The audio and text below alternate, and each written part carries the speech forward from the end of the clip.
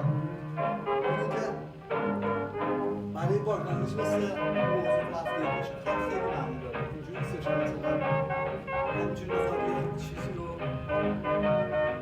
تصویر با هم بهتون صحبت کنیم من میخوام در مورد صحبت کنم که چجوری شروع میکنه چجوری با هم پیوند نشون بدیم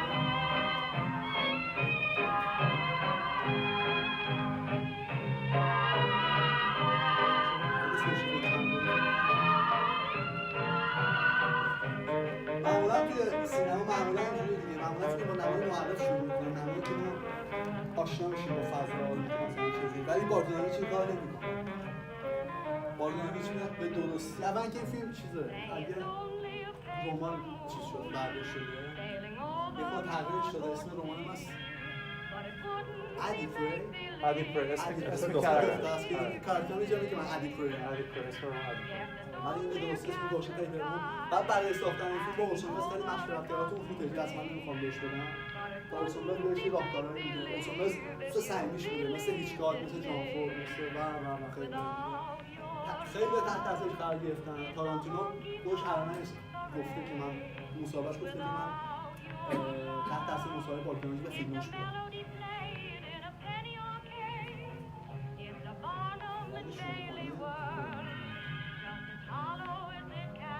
مانده بلنده مثل فونتای جالبی داره این فونتای من اینجا میخوندم که یه دلیل داشته قشنگ میتونه فقط پازش کنه از من گفتم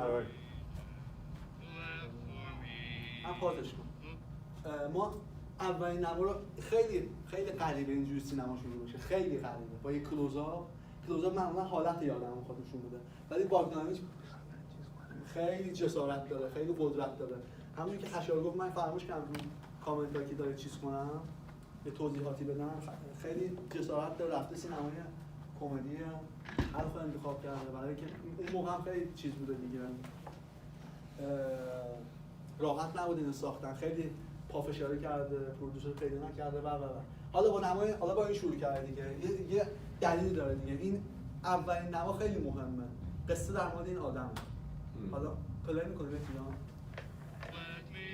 قصه در مورد این آدمه و چی و این آدم با چیش با این بک‌گراندش اینه شما نگاه کنید اول فیلم کات‌های زیاد می‌بینید بعد میاد اینجا اتفاقی که میفته آقای اونید پدر داره و ما صداش اینو اینتراپت میکنیم دعا خوندن اینا رو و شما نگاه کنید اگه اینا حالا با آخرش مقایسه کنید یه بالانسی داره حالا این موضوع بگذاریم پدره میاد پدر واقعیش داره شخصیت میسازه میتونسته خیلی راحت پدره مثلا ما میتونیم مثلا اگه ما بسازیم مثلا پدره بغل آستاده بغل اونا ولی این کار نمیکنه پدره میاد آدمیه که شواف داره لباسشو میپوشه بعد این گل رو برمی‌داره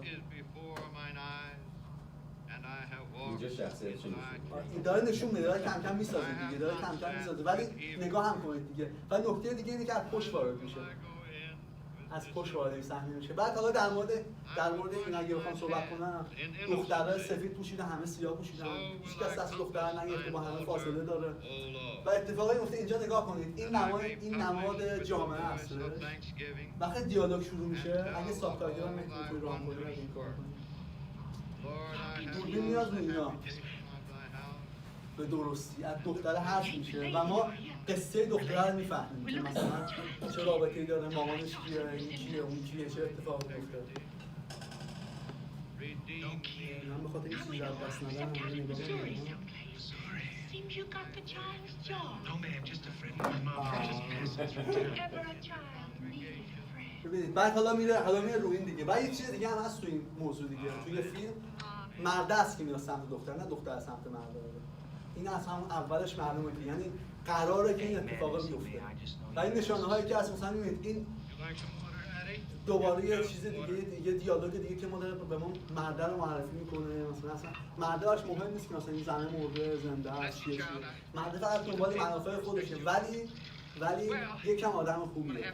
اول فیلمی که شما نگاه کنید خط افق پایینه، آسمون زیاد وجود داره. اگه بخواد یه جایی این کارو میکنه اکسپرسیونیستی برخورد میکنه، میاد بالا سایه ایجاد میکنه اینا، ولی اینجا نمیخواد این کارو کنه. اینجا به درستی داره معرفی میکنه شخصیت‌ها رو به ما و می‌بینید چقدر آسمون وجود داره، میتونه ببره بالاتر. باگدانیش بلد این کارو، ما تو نمایشگاه خواهیم دید ولی این کار نمی‌کنه. و حالا هم میگم که دیالوگایی که گفتم مثلا به خشایار توضیح دادم و اینو میبندم به این آقا. یه خورده بریم جلوتر.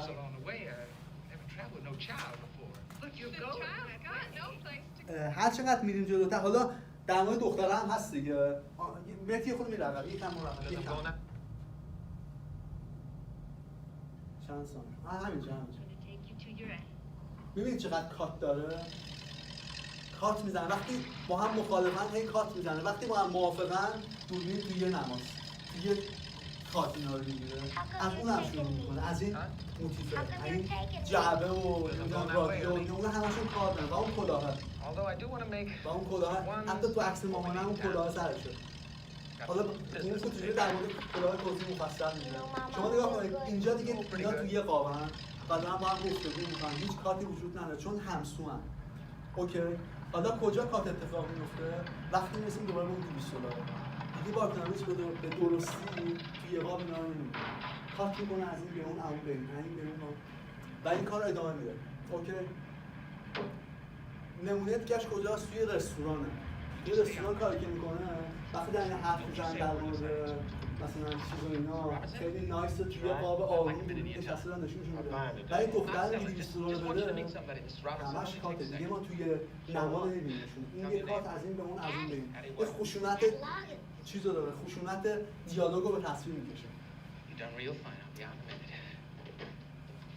حالا شخصیت دخترم داره بیلداپ میکنه، چیکار میکنه؟ ما داریم کم کم با زیرکی دختر آشنا میشه. اینجا دارن با هم حرف میزنن، دختر داره گوش میده. دفعه بعد دختر چیکار میکنه؟ وقتی میره کتاب رو بفروشه برمیگرده دنیا میشه نگاه میکنه. یعنی داره کم کم خیلی آروم داره ما این دو نفر رو بدون هیچ عجله‌ای به ما معرفی میکنه. بعد یه چیز دیگه در مورد این وجود داره، اینجاست دیگه به قول اکسسوار یا مثلا وسایل صحنه خیلی چیزه، خیلی کارایی داره. از اون کلاه و جعبه و اینا گرفته تا نمیدونم صدای ماشین و نمیدونم ترمزی که نمیگیره و کلاها و لباسا و اینا. ببینید وقتی چیز میشه بحث میشه کات میکنه. دیگه توی نما نمیگیره. خیلی ادایی‌اینی به تاریخ سینما. حالا بریم جلوتر بعد چیز میکنه دیگه. ببینید شخصیت‌ها داره. این در راستی همون گله است که گله رو همین در قبره. ما داریم کم کم آقا رو میفهمیم که باورش میکنیم که این داره دنبال منافع خودش میره و دختره دیگه. یه لحظه اینجا پاس کنیم. یه تونه توی فیلم جاده فلینی توی این فیلم خیلی اشاره‌های مختلف به خیلی از فیلم‌ها داره. از جان فورد و فلینی و هیچکاک و اورسون ولز و نمیدونم هاوارد هاکس و از همه اینا اشاره آورده. تو جاده فلینی اولش اگه یادتون باشه وقتی آنتونی کوین میاد دختر رو ببره، دختر خیلی داره به ستونه. انگار یه پشت سنگی داره جلوی تماسینا و آنتونی کوین پشتش نمیدونم یه وسایل نمیدونم عرس یه چیزای خشنه. انگار که تو اون قابه همه چیز داره ما نشون میده. ما تو این قابه هم داریم همین رو می‌بینیم. پشت به دختره است، دختر رو ستون تکیه داره، تنهاست. این اصلا فکر نمی‌کنه. مثلا واقعا میگه لاستیکاش نوعه، اون 200 دلار هم گرفته. اصلا در بند این نیست که مثلا حتی یه دیالوگی داره یه جایی به دختر میگه من یه خواهر دارم، مثلا میگم کجاست چیکار می‌کنه تو بزرگ میشی یادت میره. بچه‌ها پلی می‌کنی؟ ولی خب حالا از این موضوع بگذاریم، من نمی‌خوام زیاد حرف بزنم. این نکته دیگه‌ای که داره در مورد این فیلم نشانه هاست. خیلی برام جالبه که اینجوری کار کرده. یه جای اینا میرن بایبلا رو بفروشن. گیر میکنن، گیر میکنن. شریفه میان و دختر نجاتش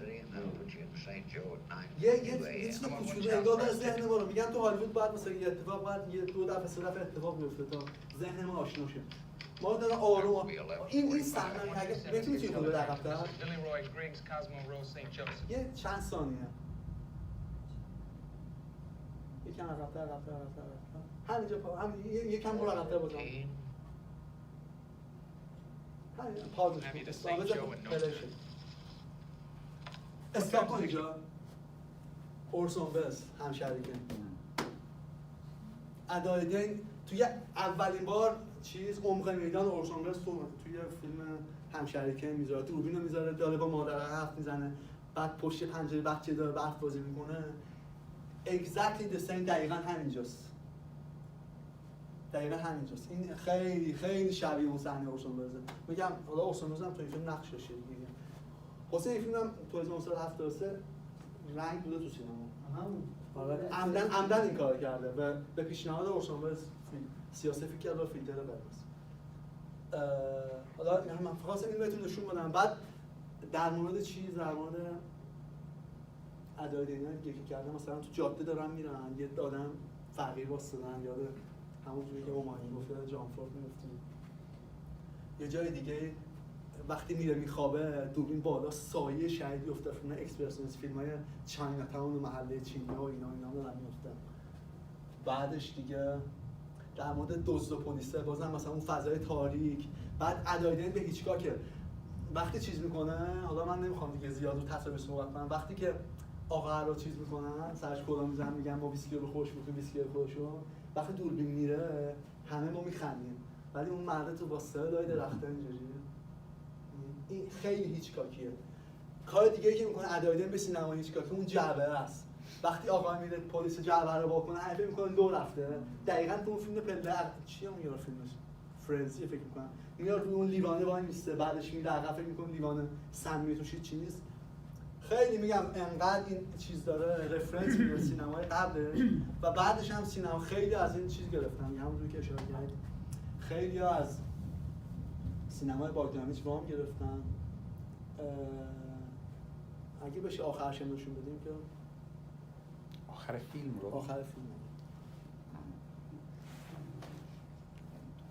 چقدر این آقای اون که آقایی که کتک می‌خوره شبیه تارانتینو، اون 4 تا داشته هستن، نمیدونم چرا اونی که چیز میشه رندی کوید هم هست. حالا همینجا نگه دارم اولین نقش رندی کویده، اون یارو که پشت میگیره، داداش دنیس کویده. در مورد پایان بندیش هم خب خیلی سخته که شما وقتی یه چیزی رو خلق میکنید چیز کنید دیگه، فاصله بگیرید ازش. من داشتم نگاه میکنم، من این فیلم رو این هفته 5مین بار دارم نگاه میکنم، داشتم شما رو نگاه میکنم طرفی که ببینم واکنش مخاطب چیه، چون وقتی دارم تنها نگاه میکنی یه برداشت مخاطب اینجا که وقتی اول که اون خونه چقدر بورینگ بود، این رو اون پیانو نوشته و فورگاتن آهنگی که چیزی که بود، بعد این پیانو دوست داشت ولی نموند، نمیدونم بهش میگه برم مثلا کندی درست کنم چیکار کنم، آیس کریم بیارم چیکار کنم، تمام اون دیالوگای خوب این نموند. این نموندنه و ما وقتی با اون خوشحالیم یعنی اینکه کارگردان قبلا کارش درست انجام داده، انقدر اینو ساخته، انقدر درست نشسته که ما میخوایم بره بیرون، میخوایم رها بشه. ولی اوج فیلم اینجاست که وقتی میاد بیرون بازم باگدانویچ به درستی چیز نمیکنه، سانتیمانتالش نمیکنه، بغلش کنه، عاطفی بشه، من دلیتم، من فلانم، من اصلا چنین کاری نمیکنه.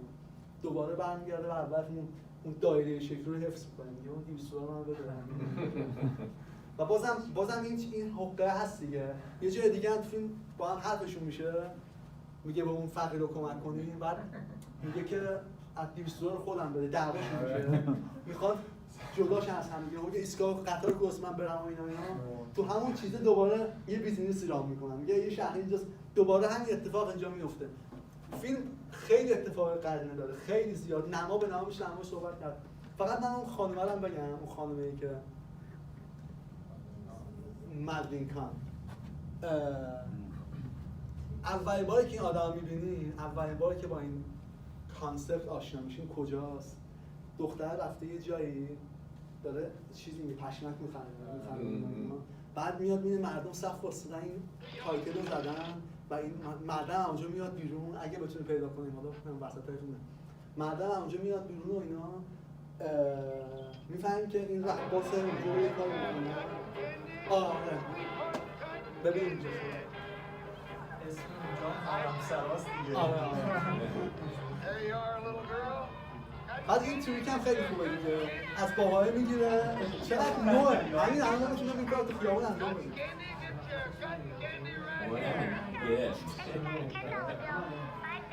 این آب نبات چوبی هم آب نبات چوبیه که میخواد وقتی ازش خلاص شه آره. تو با آب نبات چوبی شروع میکنه با آب نبات چوبی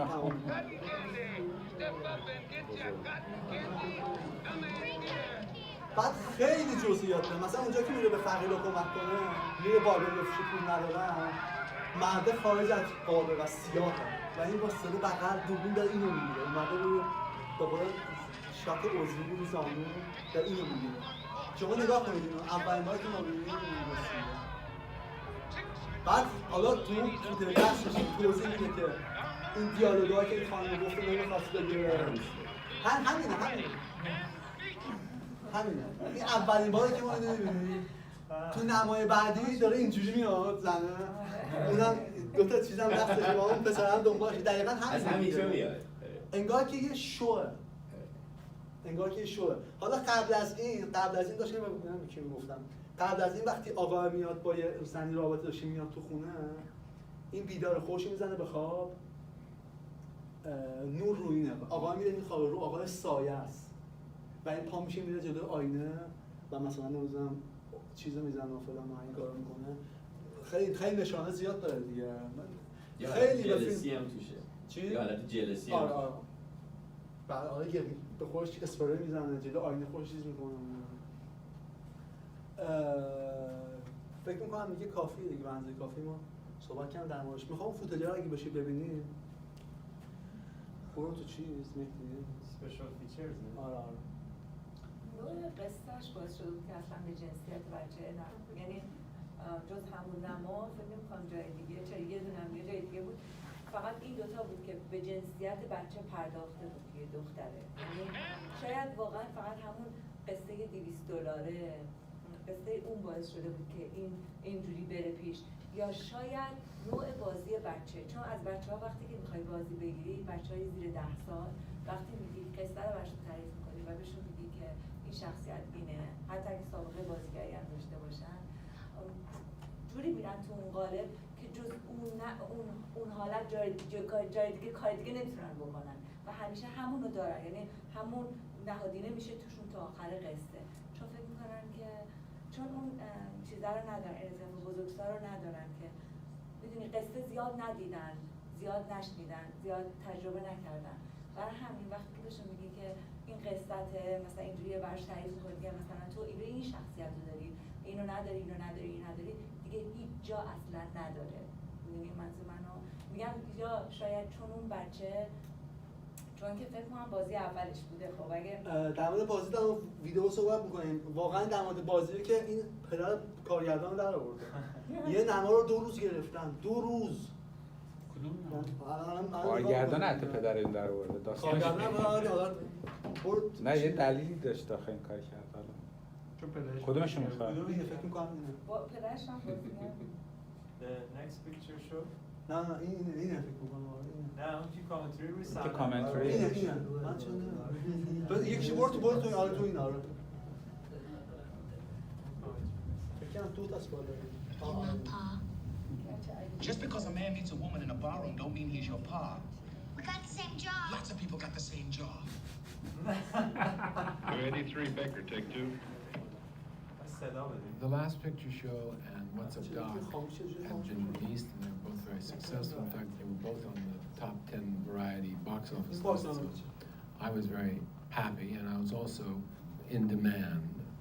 And Paramount came to me with a script called Addie Pray, written by Alvin Sargent, based on a book by Joe David Brown. And I didn't read it because I was at the moment involved with Warner Brothers, preparing a large-scale Western. It was specifically written for John Wayne, Jimmy Stewart, Henry Fonda. It was a big cast. Well, months passed.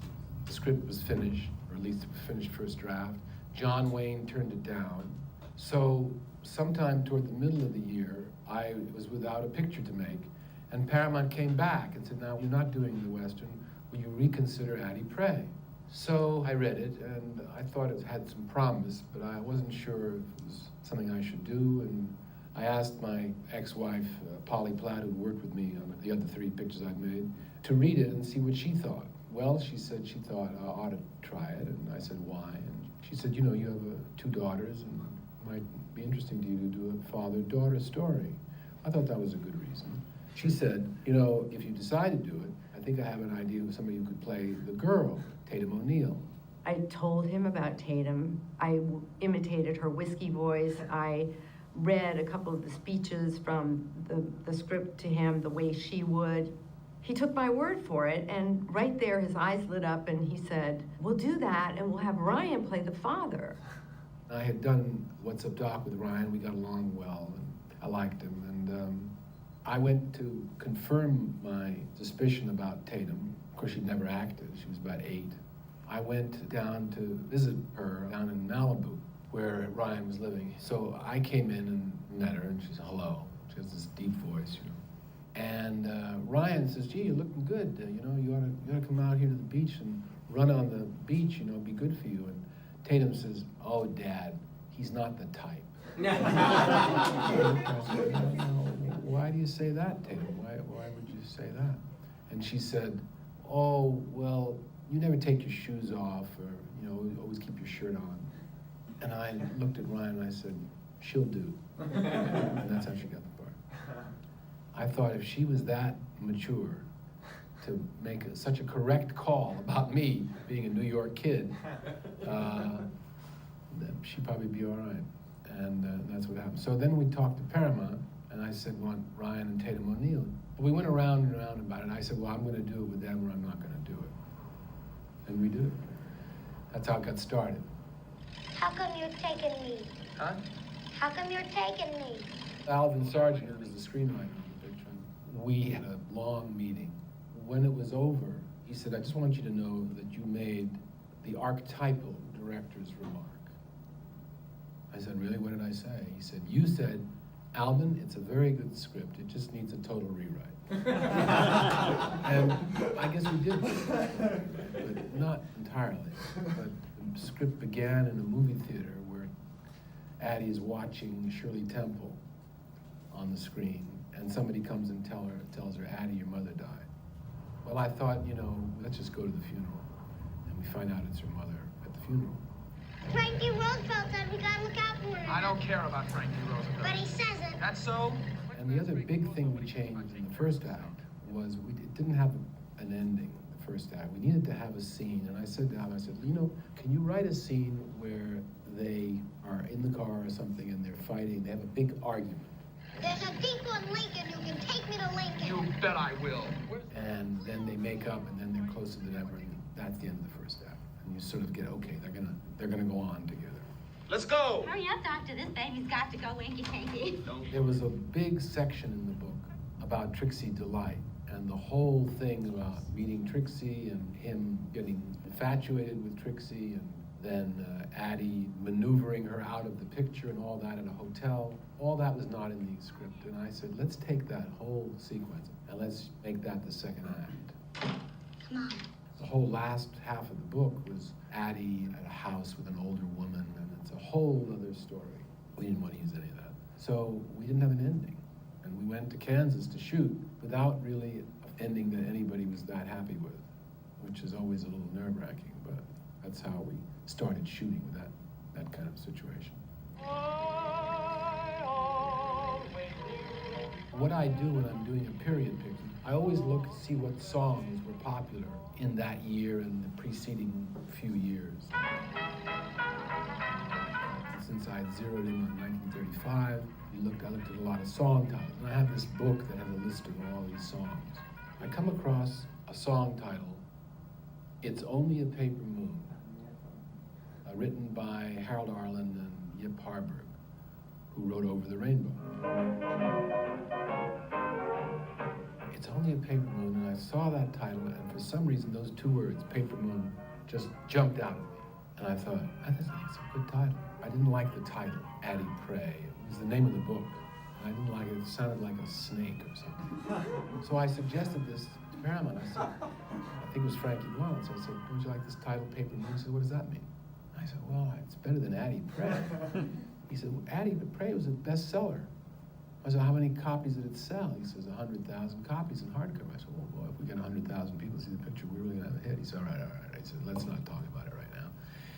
And I was kind of troubled, and I was friendly with Orson Welles, and he was at that time in Rome. So I called him up in Rome, and I said, Orson, can you hear me? Yes. What do you think of this title? Paper Moon.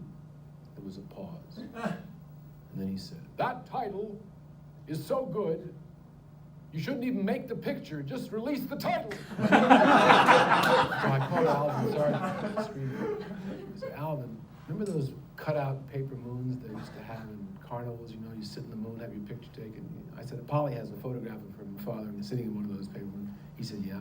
I said, well, we've already got a carnival scene in the picture. Let's add a scene where she wants to have her picture taken in the paper moon and he doesn't want to do it, something like that.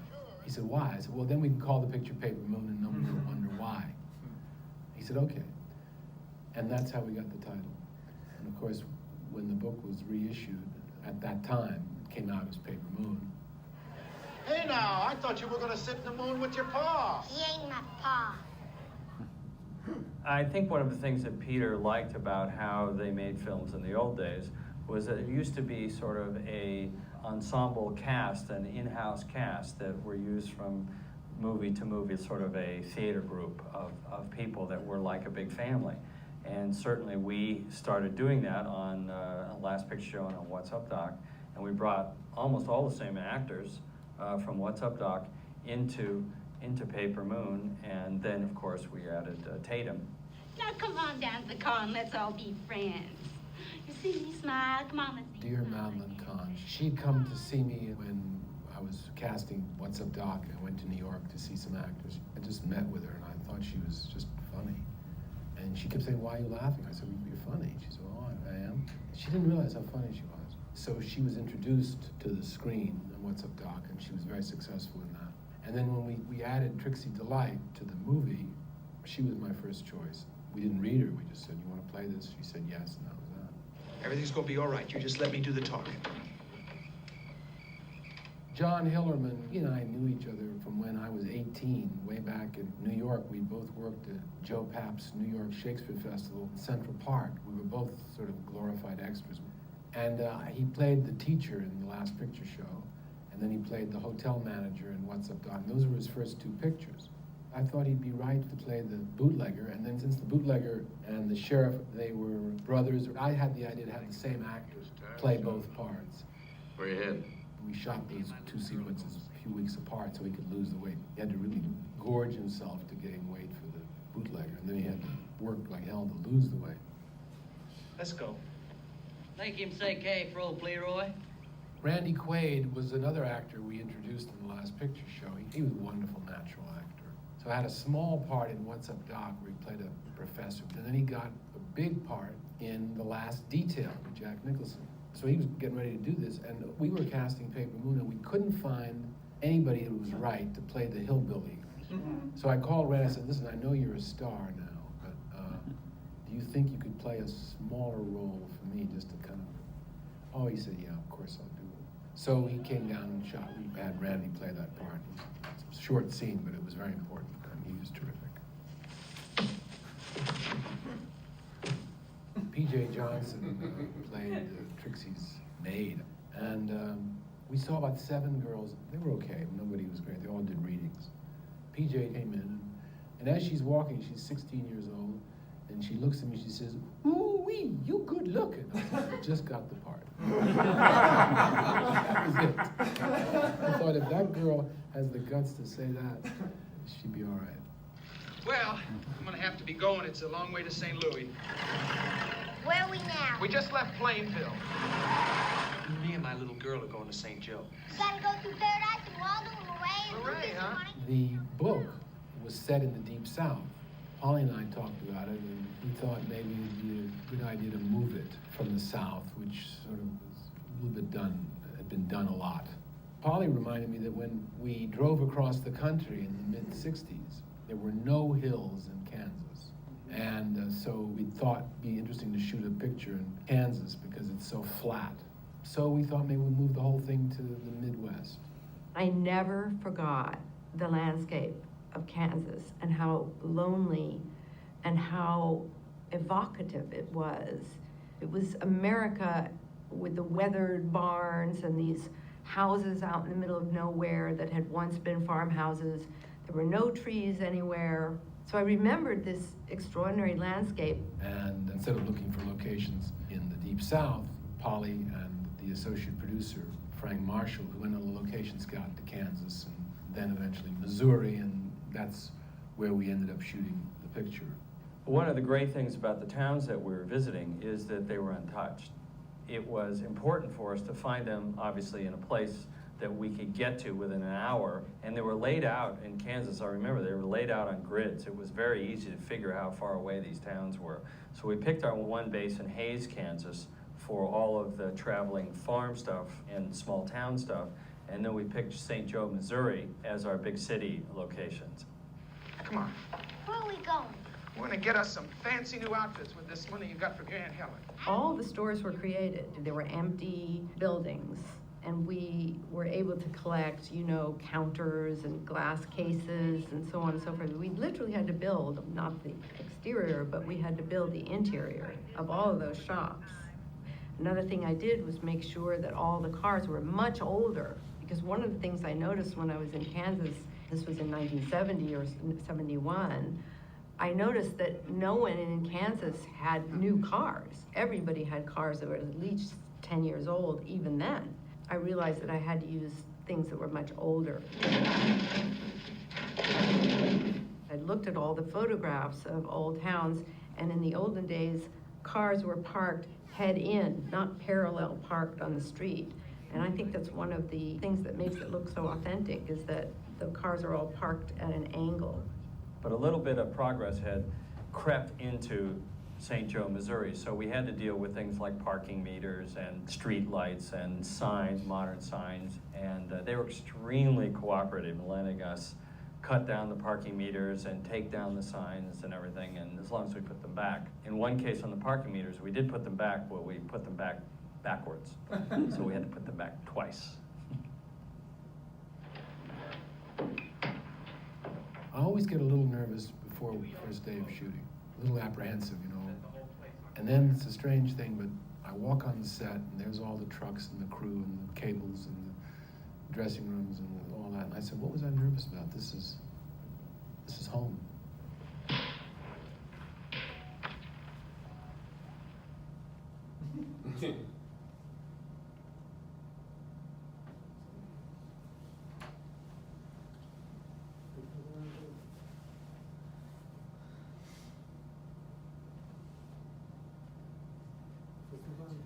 چون من همه‌شو دیدم نمی‌دونستم کدوم رو فکر کنم.